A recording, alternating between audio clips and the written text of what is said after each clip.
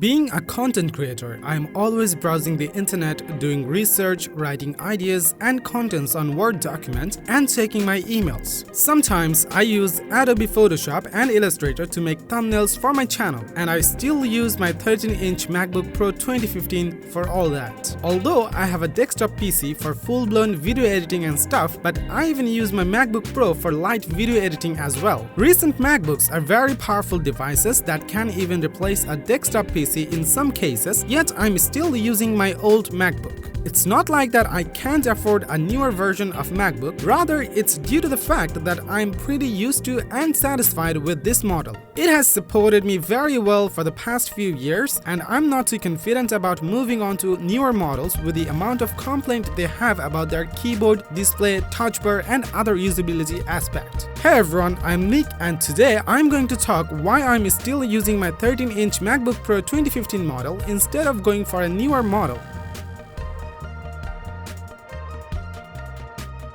I have the 13-inch MacBook Pro 2015 that has Intel Core i5 processor with 8GB of RAM. Apple hasn't updated much on their MacBook design for so many years. Yes, the laptops have become more thinner and Apple added a touch bar on the top of the keyboard. However, the design is pretty much the same, and what they added isn't something revolutionary or helps in terms of my productivity, so that they become a worthy upgrade. It seems Apple has prioritized performance over innovative design. It is no doubt that newer Apple MacBooks offer more power and performance that you can do full-blown video editing and content creation on those devices. Some creators are even using their MacBook as their main workstation. Yet I use my several years old model, and let's find out why.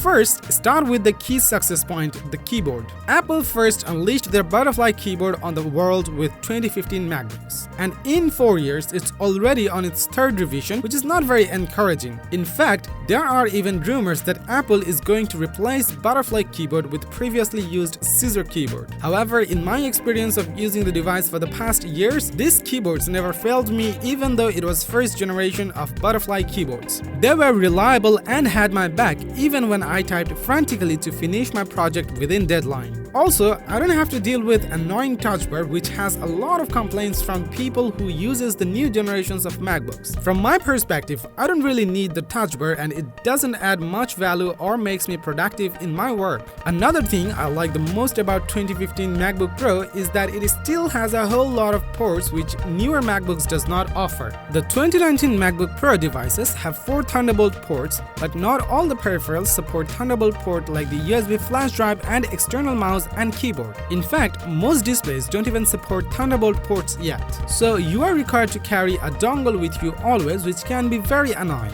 And the dongles could be expensive, adding more expense to your pocket. With the 2015 MacBook Pro, you don't need to depend on dongles since it already has 2 USB ports for most common peripherals, and with the HDMI port, I don't have to worry about anything since I still have plenty of ports left for other purpose. Anyways, since I'm a content creator, I'm always working with camera footage, and with the 2015 MacBook Pro, I don't have to look for a card reader or another dongle since the laptop already have a SD card reader port.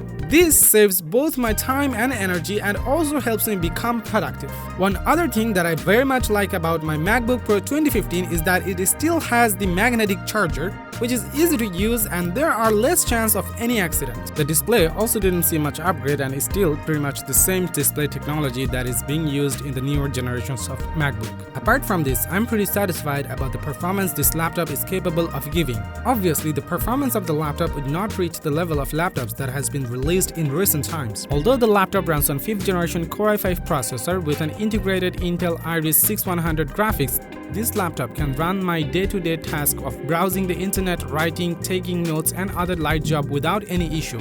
It can also run Adobe Photoshop, Illustrator, allowing me to edit pictures and create thumbnails for my channel.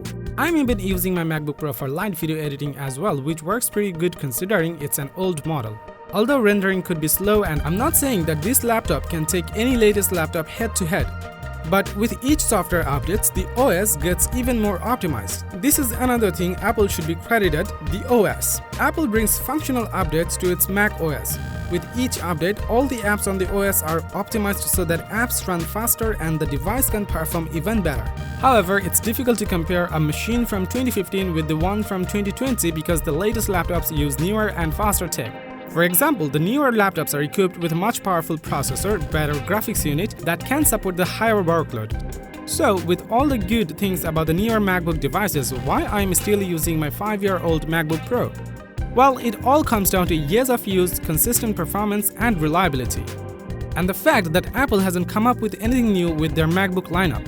And with what I'm hearing, there won't be a massive change in the 2020 version of MacBook as well. So, if Apple doesn't come up with something revolutionary or crazy with the MacBook lineup while keeping performance a priority, then I don't see myself upgrading from the 2015 MacBook Pro. Now, obviously, I can't keep using this model forever and will have to upgrade eventually, but I may not choose MacBook after all. So, overall, that was my experience with the 13-inch MacBook Pro 2015, which I'm very much happy about.